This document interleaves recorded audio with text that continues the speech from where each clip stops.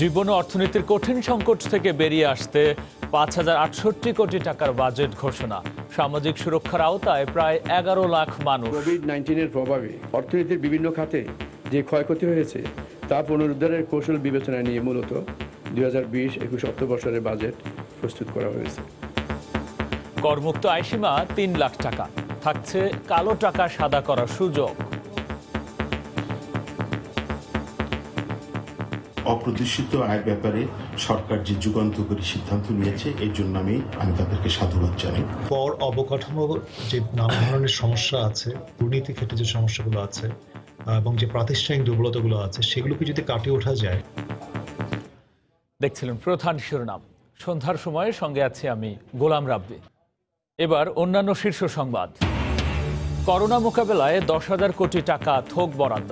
চরম দৈন্যদশার পরও অবহেলিত স্বাস্থ্য ও সামাজিক সুরক্ষা খাত, ব্যয়ের সক্ষমতা বাড়ানোর তাগিদ।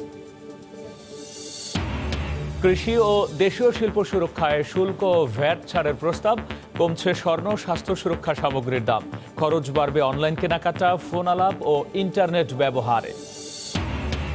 দেশে করোনায় আজও ৩৭ জনের মৃত্যু। নতুন শনাক্ত ৩,১৮৭। ২৪ ঘন্টায় সুস্থ প্রায় ৮৫০।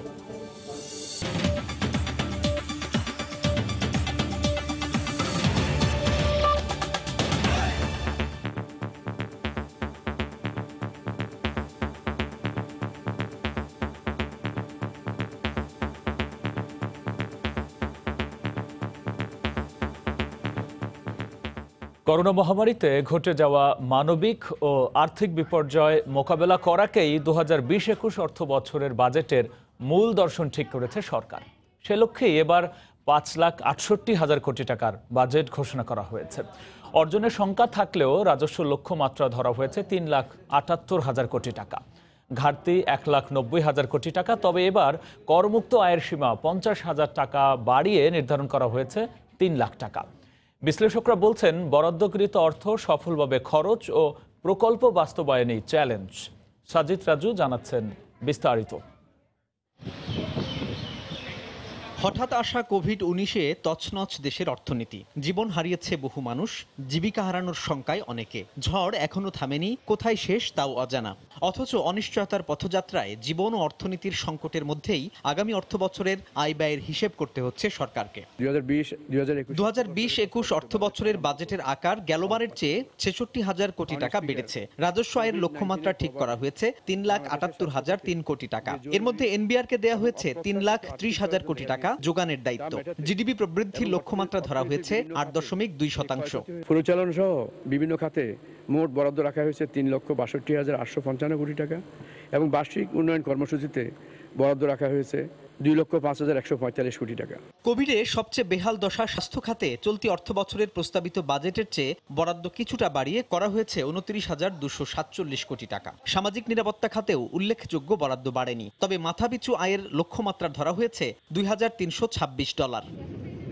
অর্থনীতি বিশ্লেষকরা বলছেন, বাজেট যতটা কোভিড-১৯ সংবেদনশীল হওয়ার কথা ছিল তা হয়নি। স্বাস্থ্য ও সামাজিক নিরাপত্তা খাতে বিপুল সংস্কার ও পরিকল্পনার প্রত্যাশা থাকলেও তার প্রতিফলন ঘটেনি। তাই এবারের বাজেটকে অনেকটা গতানুগতিক ও টিকে থাকার বাজেট বলে মনে করেন তারা। আমাদের বিপুল সংখ্যক মানুষের জীবন জীবিকা টিকিয়ে রাখাটাই এখন বড় সংগ্রাম। সাধারণ মানুষের জীবন জীবিকা ঠিক রেখে অর্থনীতির হালটা যেন আমরা ধরে রেখে টিকে থাকতে পারি, সেই চেষ্টা করা। সার্বিকভাবে আমরা কিন্তু সামাজিক অবকাঠামোকে খুব বেশি গুরুত্ব দেওয়ার ব্যাপারে একটা প্রত্যাশা এবার বছর ছিল, বিশেষ করে স্বাস্থ্য খাতে, কিন্তু সেটার ক্ষেত্রে কিন্তু আমরা বড় ধরনের খুব একটা পরিবর্তন দেখতে পাইনি। তারা বলছেন, শুধু সরকারের একার প্রচেষ্টায় এই সংকট অবসান সম্ভব হবে না, আনতে হবে বেসরকারি খাতকে। এমনিতেই নানা সীমাবদ্ধতা ও দক্ষতার অভাবে বাজেট বরাদ্দের প্রায় ২০% অর্থ খরচই হয় না। দুর্নীতি, দীর্ঘসূত্রিতা ও অপচয় তো নিত্যদিনের ঘটনা। এবার করোনা সংকট মোকাবেলায় গেলবারের চেয়ে খাতভিত্তিক বরাদ্দ বেড়েছে থোক বরাদ্দের পরিমাণ। বিশ্লেষকরা বলছেন, ঘুরে দাঁড়ানোর এই বাজেটে যে খাতে যতটুকু বরাদ্দই হয়েছে, শক্ত রাজনৈতিক অঙ্গীকারের ওপর ভর করে দরকার এর যথাযথ বাস্তবায়ন। সাজিদ রাজু, সময় সংবাদ, ঢাকা। রাজস্ব আদায়ে বিশাল ঘাটতি মাথায় নিয়ে আগামী অর্থ বছরের জন্য লক্ষ্যমাত্রা বাড়িয়ে 3,78,000 কোটি টাকা প্রস্তাব করেছে সরকার। তবে করোনা সংকটে বিধ্বস্ত অর্থনীতি পুনরুদ্ধারে বাজেটে কর ছাড় দেওয়া হয়েছে বিভিন্ন খাতে। কমানো হচ্ছে কর্পোরেট কর হারও, জরিমানা ছাড়াই রাখা হচ্ছে কালো টাকা সাদা করার সুযোগ। বিস্তারিত জানাচ্ছেন হাজরা শিউলি। উচ্চ প্রবৃদ্ধির ধারাবাহিকতা বজায় রাখতে প্রতি বছরই এনবিআরের উপর পড়ে বিশাল রাজস্ব সংগ্রহের দায়িত্ব। করোনা সংকটে প্রেক্ষাপট ভিন্ন হলেও লক্ষ্যমাত্রা কমেনি। আসছে অর্থ বছরে 3,78,000 কোটি টাকার প্রস্তাবিত রাজস্ব লক্ষ্যমাত্রার মধ্যে এনবিআরকে যোগান দিতে হবে মোট রাজস্বের 87%। চলতি অর্থ বছরের 10 মাসের রাজস্ব আদায়ে এনবিআরের ঘাটতি 62,000 কোটি টাকা। এরপরও গেল বাজেটের চেয়ে 4,500 কোটি টাকা বাড়িয়ে 2020-21 অর্থ বছরের প্রস্তাবিত বাজেটে এনবিআরকে দেওয়া হয়েছে 3,30,000 কোটি টাকার রাজস্ব আদায়ের লক্ষ্যমাত্রা। বিভিন্ন খাতে অটোমেশনের মাধ্যমে আগামী অর্থ বছরে রাজস্ব লক্ষ্যমাত্রা পূরণের লক্ষ্য সরকারের। মিথ্যা ঘোষণায় পণ্য আমদানি রফতানির মাধ্যমে শুল্ক ফাঁকি ও অর্থ পাচার রোধে এই প্রথম বাজেটে জরিমানার বিধান রাখা হয়েছে। আগামী 2020-21 অর্থ বছরে মোট রাজস্ব আয় প্রাক্কলন করা হয়েছে 3,78,000 কোটি টাকা। এর মধ্যে জাতীয় রাজস্ব বোর্ড উৎস হতে 3,30,000 কোটি টাকা এবং অন্যান্য উৎস হতে 48,000 কোটি টাকা সংগ্রহ করা হবে। ঘোষিত বাজেটে নেই বাড়তি করের চাপ। বিনিয়োগ বাড়িয়ে কর্মসংস্থান সৃষ্টিতে কমানো হয়েছে কর্পোরেট কর হার। দীর্ঘ 4 বছর পর বাড়ানো হয়েছে করমুক্ত আয়সীমা। 10% কর দিয়ে এবারের বাজেটও রাখা হয়েছে কালো টাকা সাদা করার সুযোগ। রিহ্যাবের যে প্রায় 211টি সাব সেক্টর আছে, সকলের কিন্তু কার্যক্রম বেড়ে যাবে এবং এই সেক্টরে প্রচুর পরিমাণে ইনভেস্টমেন্ট হবে। সরকার যে সুযোগ দিয়েছে এই সুযোগ যদি কেউ ব্যবহার না করে তাহলে তাদেরকে টাকা বাজেয়াপ্ত করা যেতে পারে বাজেটের পরবর্তী পর্যায়ে। এই ধরনের একটা আমি মনে করি ক্লোজ থাকা দরকার। বর্তমান সংকটে অভ্যন্তরীণ খাতে আয় বাড়ার সম্ভাবনা ক্ষীণ হওয়ায় রাজস্ব লক্ষ্যমাত্রাও অর্জন কঠিন হবে বলে মনে করেন অর্থনীতিবিদরা। যে অর্থনীতির থেকে আমি রেভিনিউ আর্ন করব, সেই অর্থনীতি যদি সচল না থাকে তাহলে তো আমার রেভিনিউ আসবে না। আরো বৃহত্তর পরিসরে রাজস্ব আদায় বাড়ানো সম্ভব ট্যাক্স নেট বাড়িয়ে। পাশাপাশি কর অবকাঠামোর যে নানা ধরনের সমস্যা আছে, ম্যানেজমেন্টে যে ধরনের সমস্যাগুলো আছে, দুর্নীতি ক্ষেত্রে যে সমস্যাগুলো আছে এবং যে প্রাতিষ্ঠানিক দুর্বলতাগুলো আছে, সেগুলোকে যদি কাটিয়ে ওঠা যায়। কর জিডিপি অনুপাত বাড়াতে রাজস্ব প্রশাসনে দীর্ঘমেয়াদী সংস্কার ও দক্ষ জনবল বাড়ানোর পরামর্শ বিশ্লেষকদের। হাজারে শিউলি, সময় সংবাদ, ঢাকা। করোনা মোকাবেলায় থোক বরাদ্দ দেওয়া হয়েছে 10,000 কোটি টাকা। তবে চরম দৈন্যদশার পরও এবারের বাজেটও অবহেলিত স্বাস্থ্য খাত। সর্বোচ্চ বরাদ্দের ক্রমে 9ম স্থানে আছে এ খাত। গত অর্থ বছরের তুলনায় মাত্র 5,000 কোটি টাকা বেড়ে বরাদ্দ দেওয়া হয়েছে 29,247 কোটি টাকা। আতিকুর রহমান তমালের রিপোর্ট। খোদ স্বাস্থ্য মন্ত্রণালয় থেকে সামান্য কিছু দূরে অবস্থিত বঙ্গবন্ধু শেখ মুজিব মেডিকেল বিশ্ববিদ্যালয়। দেশের স্বনামধন্য এই মেডিকেলে করোনার নমুনা দিতে দিনের পর দিন অপেক্ষা করতে হয় শত শত রোগীকে। নেই নিয়ম শৃঙ্খলার বালাই, ভোগান্তির যেন অন্ত নেই।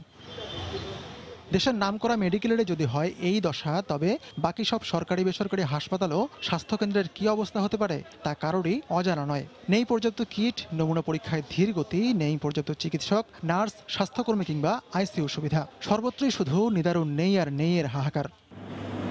2020-21 অর্থ বছরে এই খাতে ব্যয় ধরা হয়েছে 29,247 কোটি টাকা।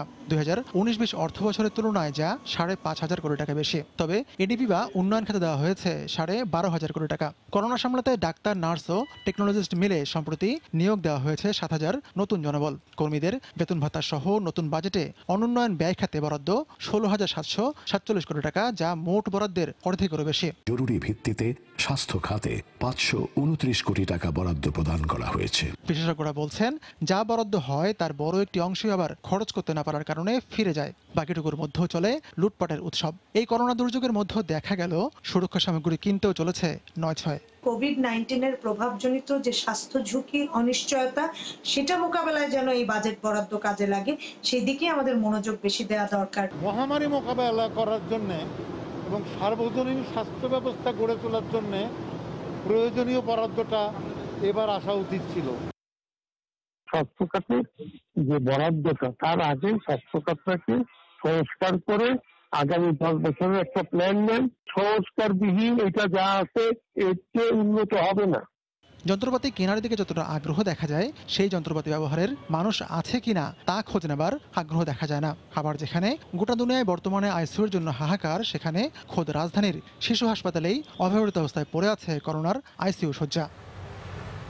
বিশেষজ্ঞদের জিজ্ঞাসা, বাজেটে বরাদ্দের আকার বাড়লেই কি সুস্থ হবে স্বাস্থ্য খাত? আগের অভিজ্ঞতা তেমনটি বলে না। তারা বলছেন, সর্ষের ভূত তাড়াতে না পারলে বাজেটে বরাদ্দের আকার যতই বড় হোক না কেন, স্বাস্থ্যের সেবা অধরাই থেকে যাবে। তাই প্রয়োজন স্বচ্ছতা, জবাবদিহিতা এবং সুষ্ঠু ব্যবস্থাপনা।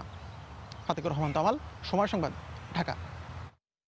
এবারে স্বাস্থ্য খাতের দুর্নীতির একটি রিপোর্ট। চুক্তির চেয়ে প্রতি কার্টনে 1 থেকে 2 প্যাকেট N95 মাস্ক কম সরবরাহ করেছে তমা কনস্ট্রাকশন। জাতীয় নিরাপত্তা গোয়েন্দা সংস্থা NSI এর অনুসন্ধানে বেরিয়ে এসেছে এই কেলেঙ্কারির তথ্য। এ বিষয়ে ব্যাখ্যা চেয়ে তমা কনস্ট্রাকশনকে চিঠি দিয়ে মাস্কের সবশেষ চালান ফেরত পাঠিয়েছে CMSD। 5 মে সেন্ট্রাল মেডিকেল স্টোর ডিপার্টমেন্ট CMSDর কাছ থেকে 3 লাখ পিস N95 মাস্ক সরবরাহের কার্যাদেশ পায় তমা কনস্ট্রাকশন। 6 মে 252টি এবং 8 মে 111টি কার্টনে প্রায় 87,000 মাস্ক সরবরাহ করে তারা। সরবরাহ করা মাস্ক সংখ্যায় কম থাকতে পারে এমন তথ্যের ভিত্তিতে জাতীয় নিরাপত্তা গোয়েন্দা সংস্থা NSI অনুসন্ধানে নামে। 10 জুন 420টি কার্টুন সরবরাহ করতে আসে তমার পিকআপ ভ্যান। সেখান থেকে দৈব চয়নের ভিত্তিতে 20টি কার্টুন তল্লাশি করে প্রতিটিতে 2-1টি বাক্স কম পায় NSI। এ নিয়ে তমা কনস্ট্রাকশনকে চিঠি দিয়েছে CMSD। বরাবর ব্যবস্থাপনা পরিচালক Toma construction and company limited, 77/1 Kakrail, Ramna, Dhaka. আদিষ্ট হয়ে জানাচ্ছি যে উপরোক্ত চালান অনুযায়ী আপনার প্রতিষ্ঠান হতে প্রাপ্ত 1,08,000 পিস N95 মাস্ক অদ্য 10/6/2020 ইংরেজি তারিখে CMSD-তে গ্রহণ করার সময় দৈব চয়নের ভিত্তিতে পর্যবেক্ষণকালে প্রথম দিকে 20টি কার্টুনের মাঝে 5 থেকে 6টি কার্টুনে 1 থেকে 2টি বক্স কম পাওয়া যায়। এভাবে কার্টুনে বক্স না থাকলে আনুপাতিক হারে উল্লেখযোগ্য সংখ্যক মাস্ক কম পাওয়া যাবে, যা অনভিপ্রেত ও চুক্তি শর্ত লঙ্ঘন। এ কারণে প্রাথমিকভাবে মালামাল গ্রহণ করা হলো না। এ বিষয়ে আপনাকে ব্যাখ্যা প্রদানের জন্য অনুরোধ করা হলো। স্বাক্ষরিত doctor Sabbir Ahmed, desk officer, store, কেন্দ্রীয় ঔষধাগার, স্বাস্থ্য অধিদপ্তর, তেজগাঁও, ঢাকা। চুক্তি অনুযায়ী প্রতিটি কার্টনে 12টি বাক্স এবং প্রতিটি বাক্সে 20টি করে মাস্ক সরবরাহের চুক্তি ছিল। ওমর ফারুক, সময় সংবাদ, ঢাকা। দেশে করোনা একদিনে আরও 37 জন মারা গেছেন। এ নিয়ে মৃতের সংখ্যা দাঁড়ালো 1049 জনে। সবশেষ 24 ঘন্টায় আরও 3187 জনের দেহে শনাক্ত হয়েছে এই ভাইরাস। সুস্থ হয়েছেন প্রায় 850 জন। দুপুরে স্বাস্থ্য অধিদপ্তর নিয়মিত অনলাইন বুলেটিনে এ তথ্য জানানো হয়। মহামারীর 96তম দিনে দ্বিতীয় সর্বোচ্চ সংখ্যক মানুষ করোনা জয় করেছেন।